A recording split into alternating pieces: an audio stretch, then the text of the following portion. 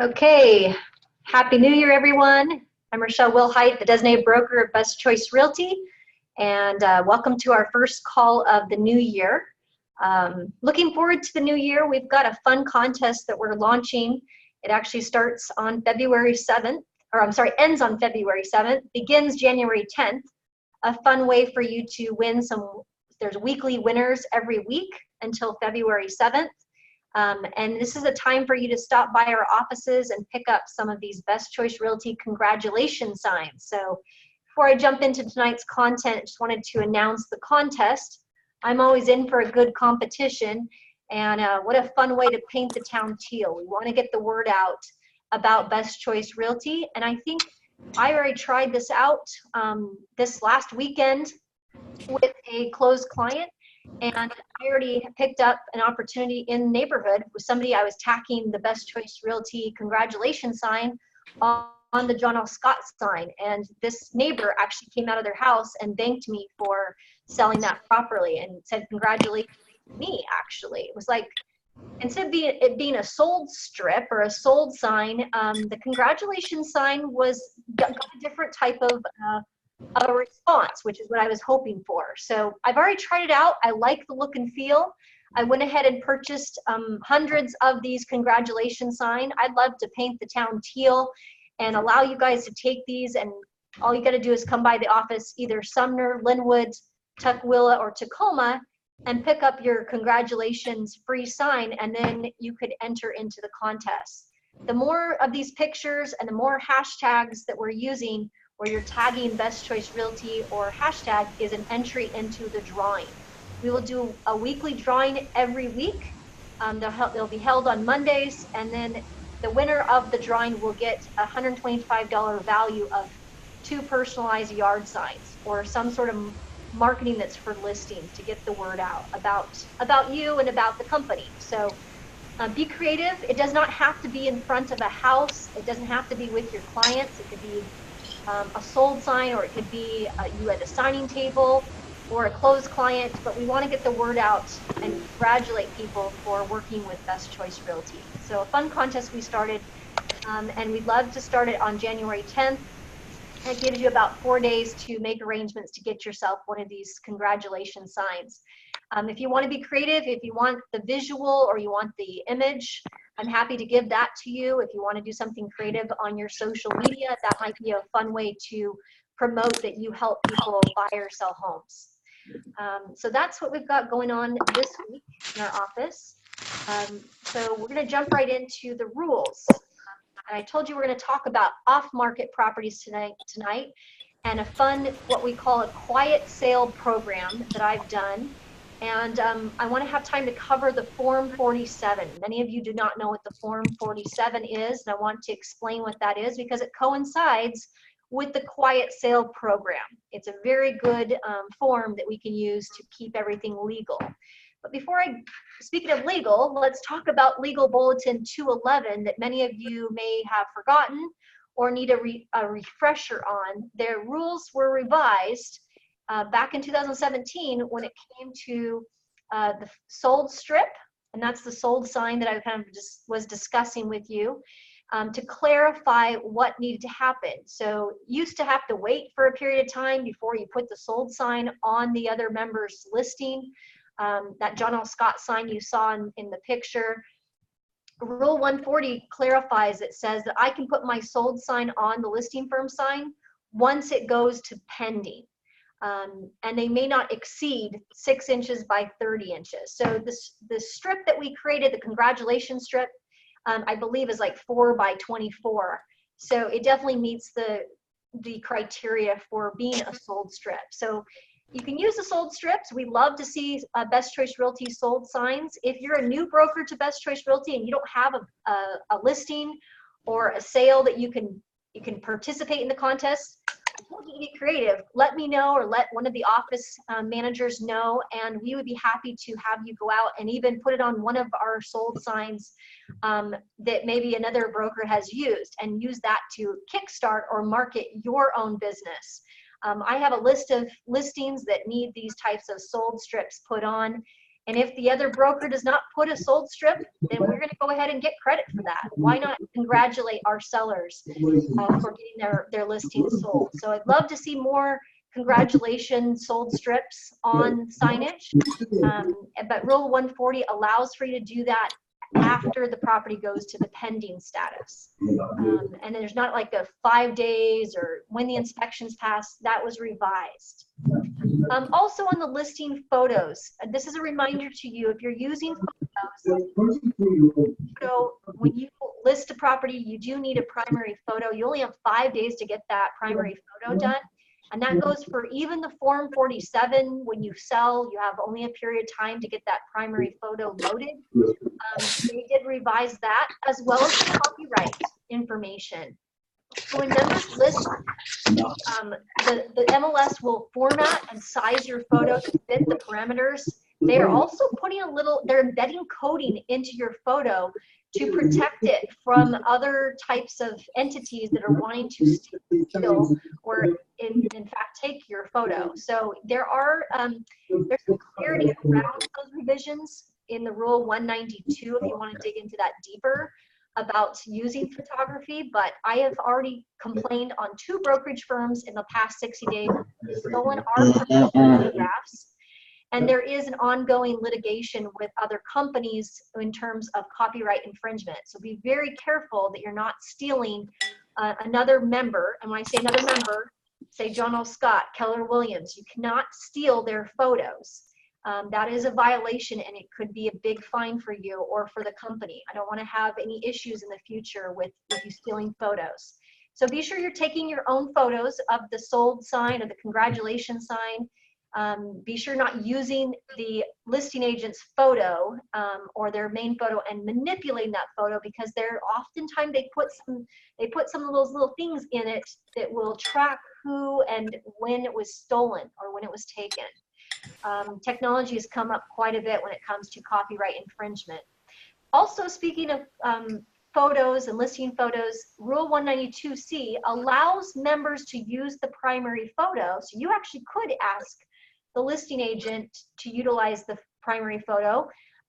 It's normal and customary off-market purposes. If you wanted to use that, like say you want to do just sold postcards and publish that you were the selling agent or you were the buyer's agent that sold that particular listing, you could go ahead and use that photo, such as an announcement the property is sold, publications, things like that in the neighborhood. You can use it. You just need to make sure you give proper attribution. So it must be, the rule was revised, people who are involved in the sale to include the name of the listing and selling firm adjacent to the photograph in a reasonably legible font. They made that very vague, but you do need to give proper attributions. If you are if you're taking your own photo, that's different. But if you're using the beautiful front photo that they may have paid a lot of money for by their professional photographer, you do need to give proper attribution, and you need to give them a little shout out on your post. So be careful when you're taking your photos that you take them yourself, or you're not taking the whole house if that is not your listing. And if you are, make sure you're giving proper attribution. They were revised. They continue to update the rules and regulations. And many of you, like I do, you go through month over month and you forget that maybe there is a change. If you have any doubt about, can I use this photo or can I not, just reach out to me, text me, call me, or Jerry Kay as well, and we can vet it out or ask, make sure you're asking the right questions so that you can utilize some of the information. We all participate in a cooperative MLS, and so there are instances such as the sold strip concept, or the marketing that goes in when you are representing the buyer. There are ways to work cooperatively. We just need to make sure that we're following the rules. So make sure you take a look at this if you are planning on doing a marketing campaign and utilizing others' photography. Let's jump into the Form 47. So before I do that, let me go into the concepts so you kind of understand what we're going to talk about. I've discussed Form 47 with you guys, but a lot of you haven't grasped the concept. So I'm hoping tonight I can flesh it out a bit more. There's a reason why I don't have this in a pretty format, because it's what we call our quiet sale program. I use this quiet sale program. I have a very large database. Many of you have a target audience or a large database. When I say large, I'm talking at least a few hundred buyers in your database, people that you actively market to. Maybe people that, I mean, people call me, other agents call me and say, hey, Rochelle, do you know of anybody that's in a distress situation that wants to sell their home in Tacoma, and it has to be a 3-bedroom, 2-bath home? I got a phone call just this morning from an investor that was looking for something like that. So I am well known, and I do have a very strong following or database of buyers who I could put this quiet sale program in place, and sometimes, not all the time, could find a buyer for that particular listing or for somebody who's wanting to purchase or sell. So what this program is for sellers who are preparing their home for sale that are not ready to hit the multiple listing service. So think about that. Do you know of people in your database right now that are not quite ready? They maybe told you spring or summer, or they want to do it sometime later in 2020 before the election cycle. If they've expressed that type of interest for you, or they have said if it's more than 30 days out, then they might be eligible for a quiet sale program. And there is a way to do this and to do it legally. So I've bullet pointed out pretty simply on the quiet sale program who it's for and the benefits of the program. What I don't want to do is put this on put this in some sort of PDF and put it on our website. This definitely needs to be a quiet sale program, something that you and I know about that we can employ, because the MLS, like I said earlier, is a cooperative environment, and they want to work with agents that have listings.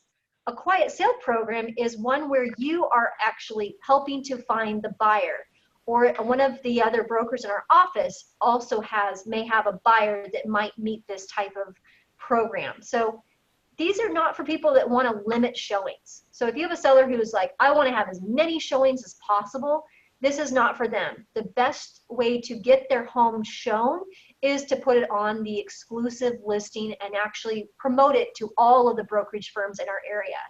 But sellers who may want to limit their showings, maybe grandma just passed away, maybe they are wanting to only have certain people come through their property, they want to limit the amount of showings that are coming and going through their property.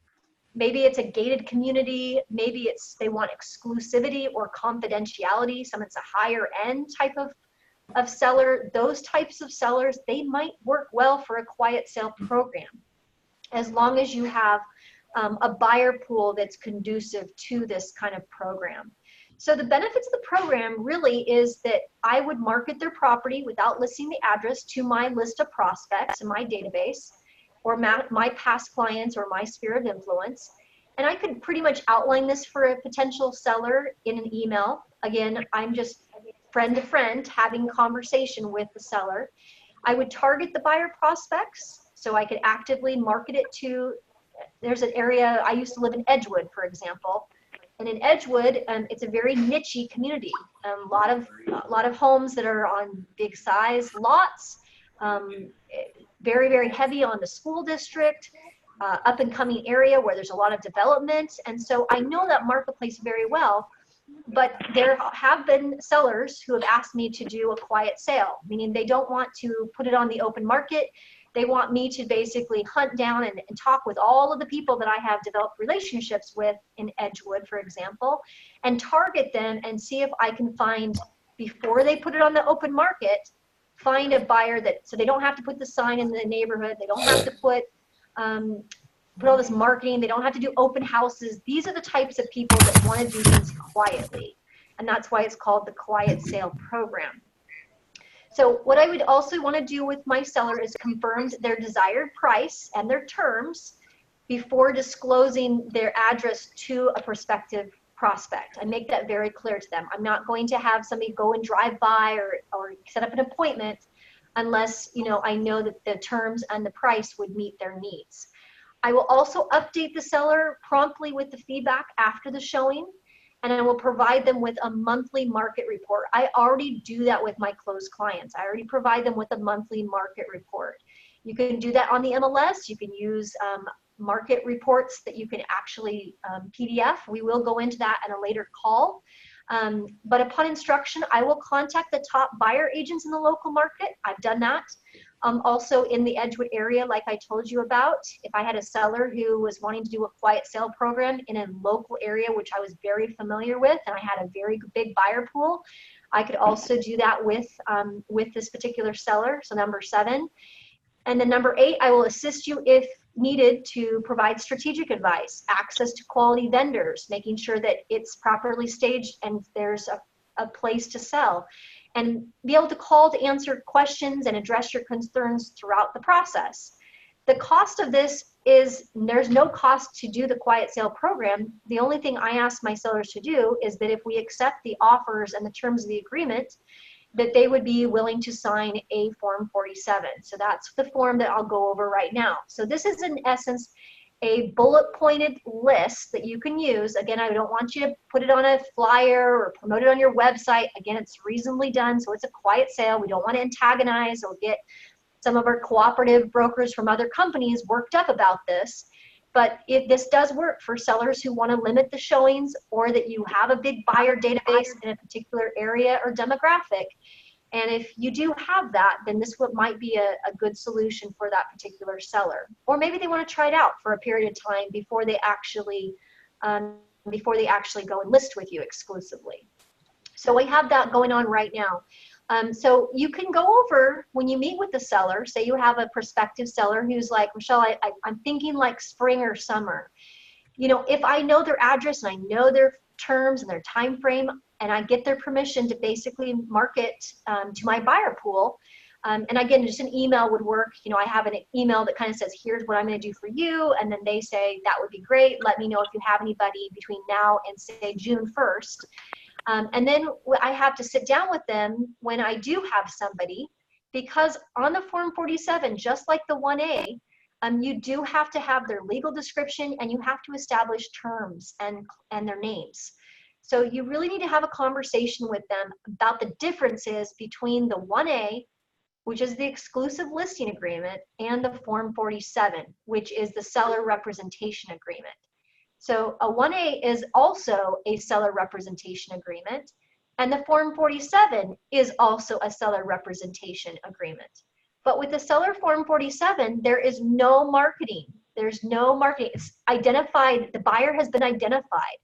So you really can't do an off-market or quiet sale program until you have a buyer that you've procured, or a buyer that, based on phone calls, for example, my Edgewood scenario that I spoke about, when I've called, say, buyer's agents that I know really market Edgewood really well, and tell them I have a buyer who doesn't want to go on the open market, but do you have a buyer that you know that needs a 3-bedroom, 2-bath home? I do not have an exclusive listing agreement, but I'm happy to introduce your buyer to the property with a Form 47, and the seller is agreeable in paying your commission. Once that conversation is had, we need to get their name, the buyer's name, in order to establish the seller representation agreement. So that is a requirement. You must have that. That's what makes it different from other states where coming soon, or they do these off-market programs. It's not allowed in our state. However, there's no rule against you representing a seller. In fact, the MLS has allowed for that with proper seller agreement, as long as you have a Form 47. So many of those conversations are being had out there, but you need to know the forms. This form right here, you would type in the seller's name. So I will just put in Cami Bates. I'm actually meeting with her tonight to go over the 1A or the Form 47. To review the marketing. We went off the market and we did things a little bit differently, and now we're talking about putting her address and really marketing it. But we have an option here that if we had a buyer and it's not on the market right now, the listing's expired. We don't even have a listing agreement right now.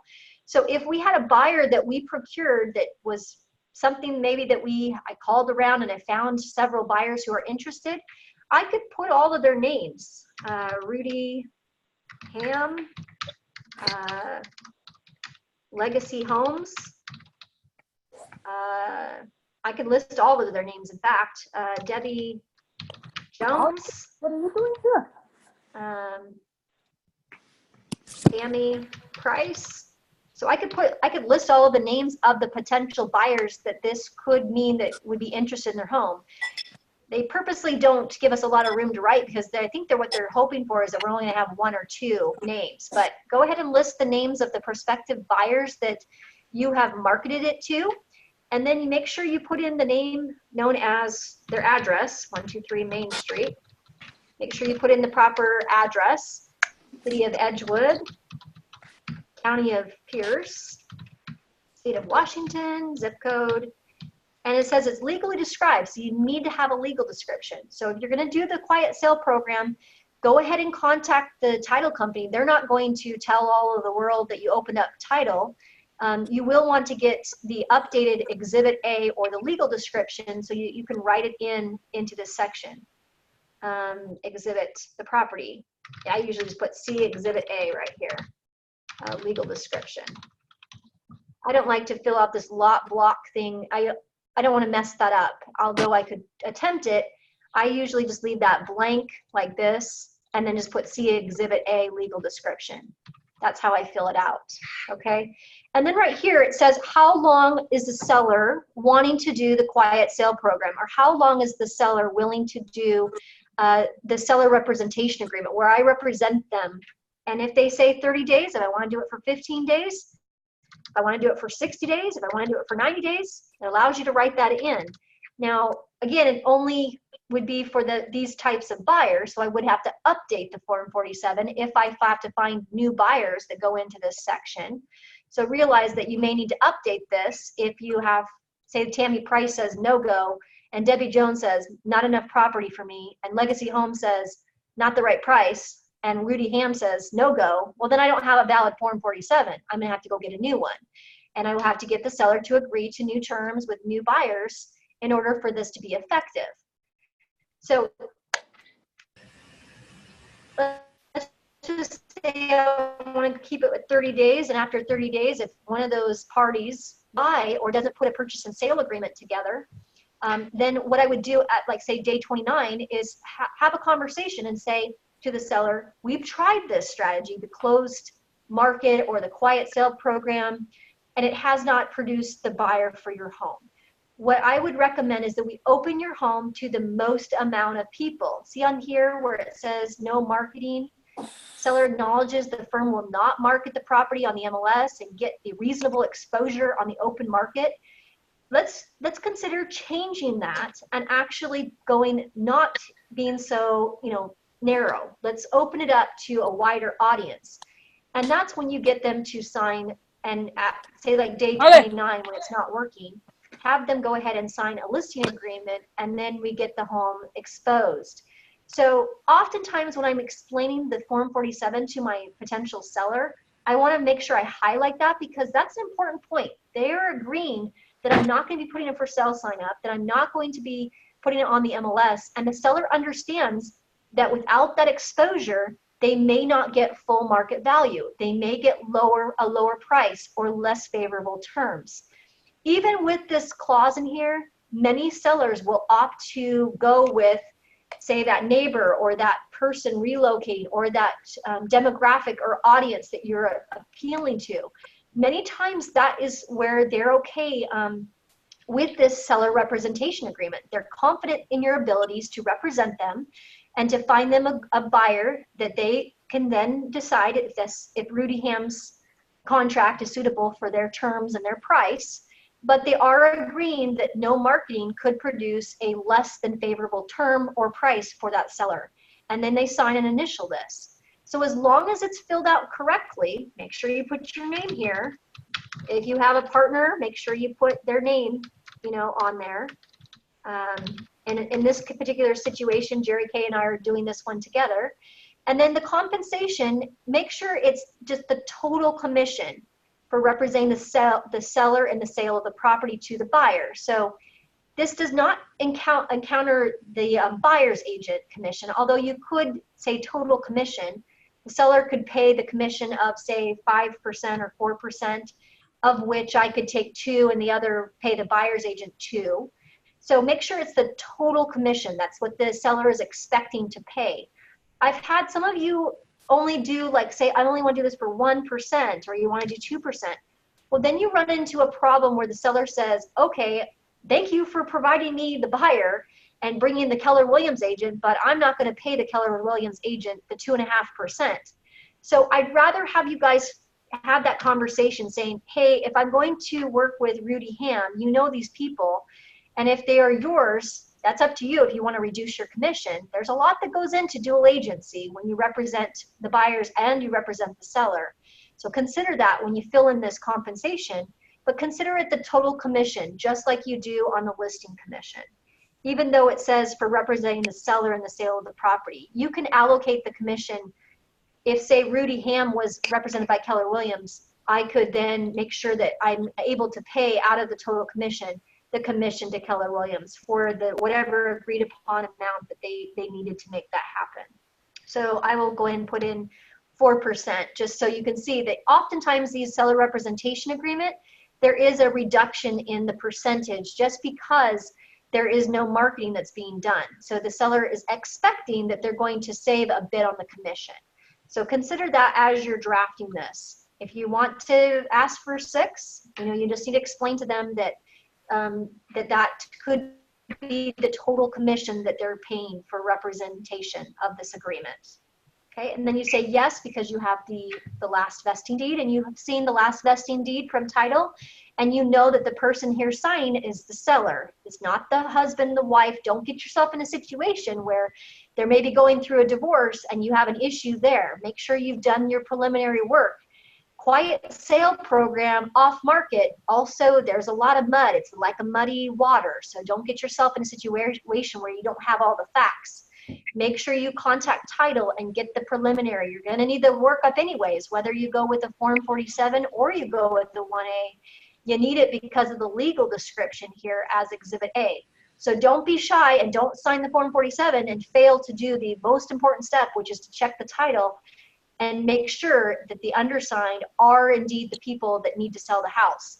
We had a couple close calls in the summertime, and when I really looked at it, we didn't do a good job at getting the preliminary workup. And so then one seller was trying to sell, the other one was not trying to sell, and we had a little bit of a problem that we had to deal with. So be very careful at how you instruct. They also need a copy of everything they sign. So do not forget to send them a copy of the Form 47. If you do it in person, which many a times I do these listing or these quiet sale programs in person, make sure that they get a copy. Even if you have to take a picture of the Form 47 and send them a copy of it after you get their signature on it, I think that's very important. In fact, it has to be that way, otherwise it's not a legal contract. So be sure you're doing that. The other thing I'll end with is the listing package. Many of you have taken advantage of our listing package. We continue to offer this in our office, and it has the listing presentation already inside it, the listing presentation supplements, moving guides, home warranty information, listing documents as you choose, a white flag that you can use for installation of that they can use to post for their sign. So the listing package is really set up to give you that professional edge, a keychain for your clients to attach a key. It's meant for the majority of the listings that we take, kind of puts you on a professional, and inside you can see if you click over here and hover, it shows you the presentation, all of the supplements that are provided. All of them are done and nicely put into a box with a bow. And you can, for $25, it would cost you that much to find the box, print all the materials, have everything assembled. We really are not making any money off this listing package. So take advantage of it as you're thinking about, I got to meet with the seller. Ooh, do I have all the tools I need to win the listing? You want to jump on our bestchoicerealtyhomes.com. And then what you can do here is you can go into, at the very bottom in our quick links, you go into seller presentation. And then you could see all of the seller presentation stuff. So you could print these out, or you could go out with our listing presentation. If you go to the marketplace, that you can actually find the listing presentation box. That's that package. So it's basically a compilation of all of the individual pieces put into the box with a bow, and that's inclusive of all of the materials that you would need. If you want it custom or personalized, you can have our graphics and marketing department help you with that. And what they will do is when you order, say I was to call, they have my custom or my personalized pages already ready to go. So when I call, like say the office in Tukwila and say I'm going on an appointment in Renton, can I have a listing package ready to go? As long as I get the order placed by 2 p.m., they're processed the next business day, and then I can have the office have it ready to go for me. And they have my customized or personalized pages in a cloud storage so they can assemble the box so that it's ready to go for me. If you do not give us enough time, we can't help you. So be sure that you have, or we have your personalized pages available, and you can simply send an email to marketing@bestchoicerealtyhomes.com, and they can put your materials in a OneDrive folder, and that way when you do place the order here, so if I go 123 Main Street, they will be able to match it up. Yeah. Pickup location, I tell them where I want it to go, Seattle, add it to my cart, pay for it, and then they will prepare it. So I go up into my cart here, and then I can actually check out. Again, if you have questions about what it needs to be, just go ahead and send an email to marketing@bestchoicerealtyhomes.com, and they can make sure that you have the personalized pages. If you're fine with all the generics, then that's fine. That's what you're getting. You're getting a box full of all of the materials. If you're needing something personalized, you'll have to pay separately for our graphics team to work that up. But I think you'll find great success if you actually take the time and utilize the resources that we have created. They really give you a nice professional edge. With that, that's all I have for tonight. If you have any questions, I will go ahead and unmute the line. But if not, next week we will be covering the listing presentation in general, some of the talking points that you may want to consider as you're talking with your sellers. We'll do a little bit of a role play on that. So if you're interested in something like that, join us next Monday, same time, same place. And have a great week, you guys. Enjoy the rainy season. This is the time to really make those phone calls, start planting some seeds for the spring. So good luck out there and getting some listings. We're excited to have the contest to kickstart our brand and our image. So don't forget to stop by the office and pick up those congratulations signs. And we'll see more of that in the coming days. Have a great week. We'll talk to you guys soon.